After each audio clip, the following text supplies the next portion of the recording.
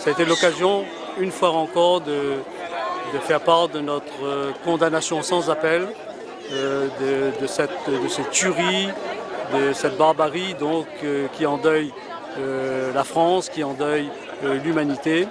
Et c'est aussi le moment qui nous est offert pour rappeler la position constante des instances représentatives de l'islam en France et à La Réunion en ce qui concerne la condamnation, le fait que l'on ne peut pas tuer, l'on ne peut pas commettre autant de crimes abjects au nom de la religion et au nom de Dieu. Nous avons la chance à La Réunion d'avoir un islam qui est solidement ancré dans le paysage, historiquement depuis 1850, organisé depuis la fin du 19e siècle, des organisations représentatives, une bonne gestion des mosquées.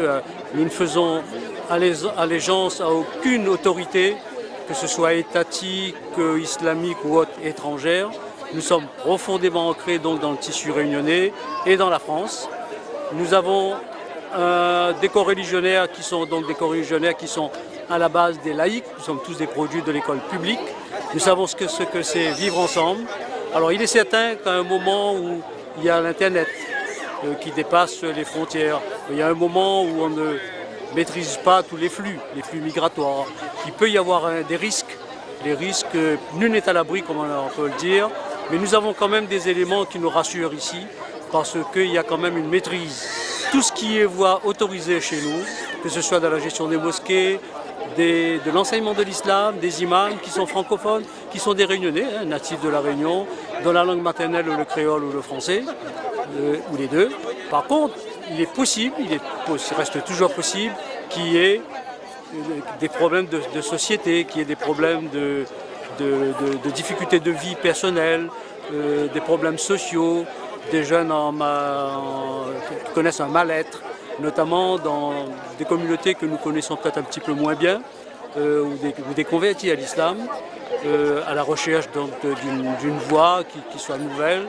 Là, nous avons quand même un peu plus de mal, mais s'il y a des choses qui se passent, ça ne se passe pas dans nos mosquées, c'est au contraire en dehors des mosquées. Pour ce qui nous concerne, et pour ce qui concerne le Conseil régional représentatif du culte musulman, nous sommes en étroite liaison avec les services de la préfecture, avec l'administration, avec les instances, donc des organisations de sécurité, non pas pour faire de la délation, mais au moins pour attirer lorsqu'il y a des risques, il y a des dérives possibles, parce qu'il peut y avoir des cas individuels, problématiques en termes sociaux, où il faut un peu de prévention, un accompagnement, ne pas laisser le jeune un petit peu tout seul, parce que sinon il serait vulnérable.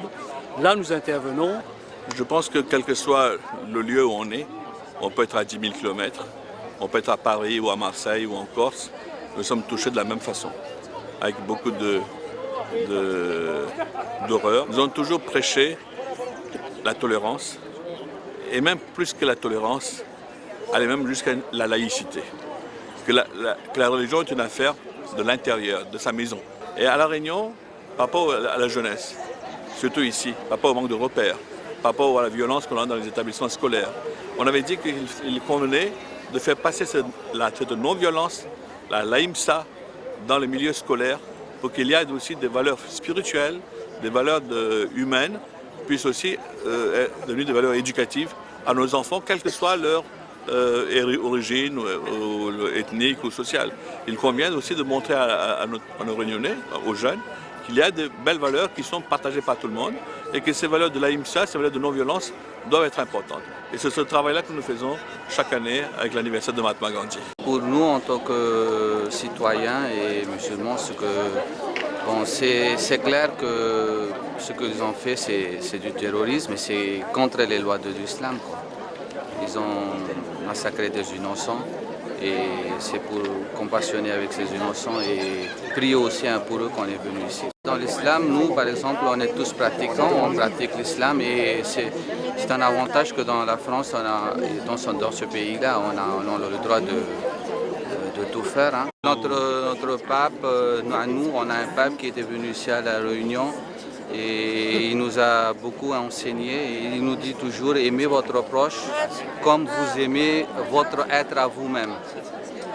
Et comme vous l'avez dit, que nous avons des enfants, nous avons de la famille, nous avons des amis, et personne ne voudra que quelqu'un vienne et nous tue en plein jour, quoi. L'islam est très soucieux de son prochain, et d'ailleurs, à cette fin, il y a aussi un verset du Coran qui dit que si vous sauvez un innocent, vous sauvez toute l'humanité. Si vous tuez un innocent, c'est comme si vous tuez toute l'humanité. Donc l'islam authentique est un islam humanitaire. Je crois que la meilleure arme et la meilleure façon aujourd'hui d'agir afin d'éviter tout amalgame, c'est par son attitude, par son comportement et de manière éducative, justement, non seulement essayer de prôner ces valeurs, mais d'intégrer en soi ces valeurs. Et si aujourd'hui nous sommes présents ici, c'est justement pour affirmer haut et fort que nous sommes des musulmans, et de surcroît des musulmans chiites qui désapprouvant de manière ferme et totale et sans embâche ce genre d'actes abominables, parce que ce que nous prônons et nous intégrons, c'est justement le contraire, c'est-à-dire que toute l'humanité doit vivre sous l'aune de la tolérance et de l'unité.